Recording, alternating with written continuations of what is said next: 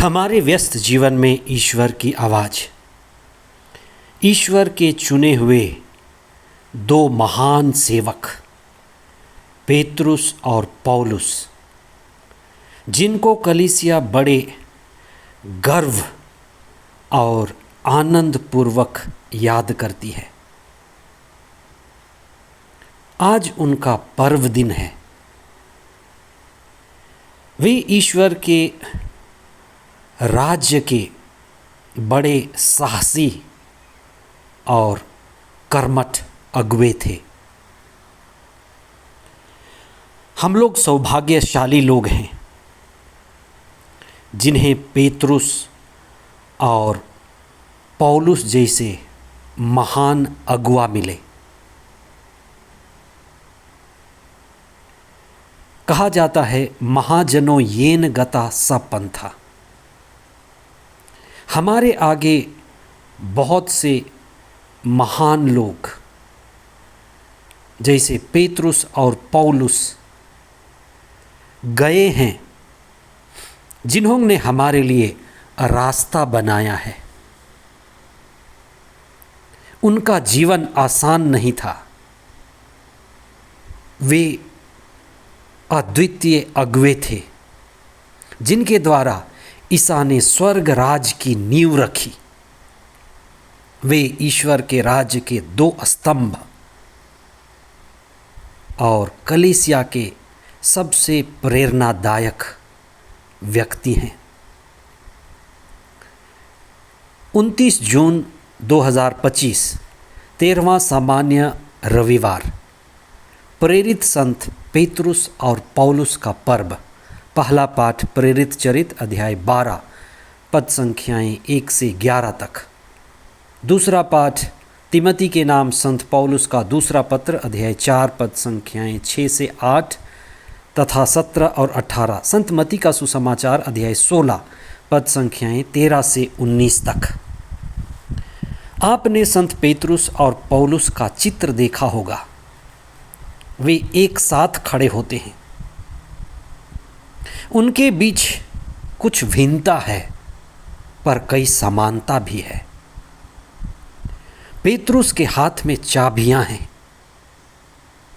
वहीं पौलुस के हाथ में तलवार है और दोनों के हाथ में शास्त्र है। पेतरुस ईसा के शिष्य थे, वहीं पौलुस गमालियल फरीसी के शिष्य थे। पेतरुस अधिकतर यहूदियों के बीच कार्य किए, वहीं संत पौलुस को गैर यहूदियों का प्रेरित कहा जाता है। अलग अलग व्यक्तित्व के होते हुए भी इन दोनों ने एक साथ मिलकर ईश्वर के राज्य की घोषणा की। दोनों ही आत्मा पूर्ण और सबसे प्रभावशाली अगुवे रहे। दोनों ही ईश्वर के राज्य के लिए शहीद हुए। आज के सुसमाचार में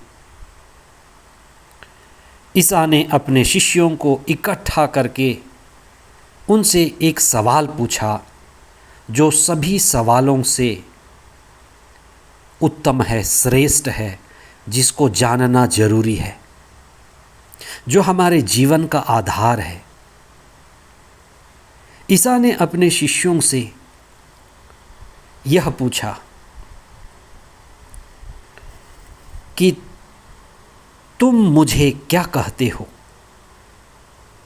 मेरे बारे में तुम्हारी क्या पहचान है कि मैं कौन हूं? हर एक व्यक्ति के लिए, हर एक प्रभु भक्त के लिए, हर एक सत्य को खोजने वाले के लिए महत्वपूर्ण सवाल है। पेतरुस ने आत्मा से आविष्ट होकर कहा, आप मसीह हैं, आप जीवंत ईश्वर के पुत्र हैं। आप मसीह हैं, आप जीवंत ईश्वर के पुत्र हैं। इस जवाब को सुनकर ईसा ने उनसे कहा, यह सच्चाई यह एक प्रकाशना है। यह किसी व्यक्ति के द्वारा नहीं, लेकिन ईश्वर के द्वारा ही तुम पर प्रकट किया गया है। ईसा ने सिमोन को पेतरुस कहा, चट्टान कहा, और ये भी घोषणा कर दी कि मैं तुम्हें स्वर्ग की चाबियां दूंगा और इसी चट्टान पर मैं ईश्वर के राज्य को स्थापित करूंगा। वहीं आज के दूसरे पाठ में संत पौलुस अपने विषय में कहते हैं, इस पृथ्वी पर हर एक व्यक्ति एक उद्देश्य लेकर आता है। शायद वह उद्देश्य जाने या ना जाने। पौलुस अपने उद्देश्य के प्रति पक्के थे। तिमोथी के नाम लिखे गए दूसरे पत्र में वे कहते हैं कि मैंने अपनी दौड़ पूरी कर ली है, मैं ईमानदार रहा हूं। हम में से कितने लोग अपने उद्देश्य को जाने हैं, पाए हैं और ये कह सकते हैं कि मैंने अपनी दौड़ पूरी कर ली है और मृत्यु तक ईमानदार रहा हूं। जब हम अच्छा जीवन जीते हैं, मसीही शिक्षा के अनुसार जीवन जीते हैं, तो मृत्यु की मुकुट हमें दिखाई देती है। मरने में भी एक आनंद है, इस संसार में गुजरने में भी एक आनंद है, क्योंकि जो उद्देश्य लेकर हम आए थे उसे हम पूरा किए। आज हम संत पेतरुस और पौलुस के जीवन से प्रेरणा लें।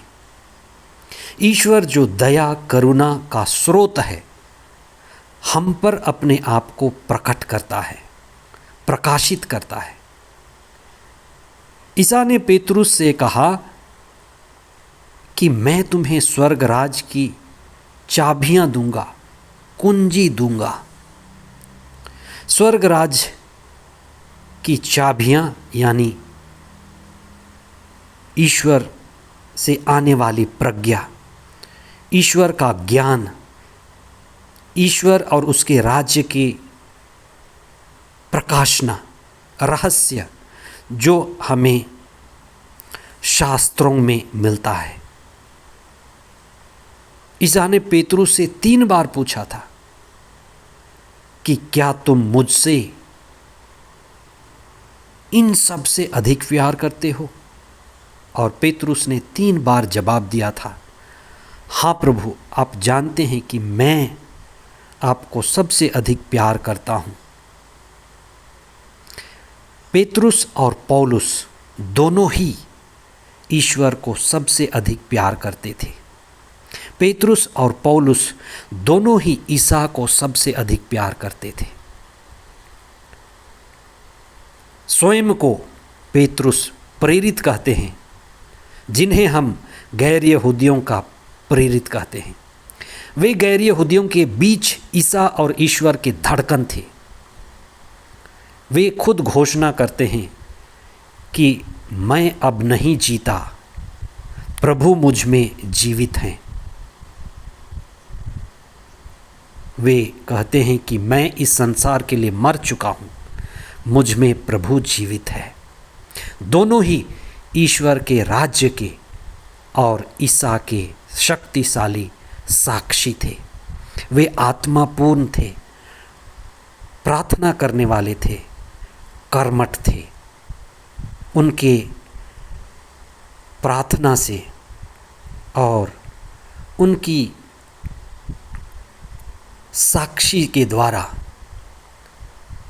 हम हमेशा आध्यात्मिक मार्ग पर बढ़ने के लिए प्रेरणा पाते रहें।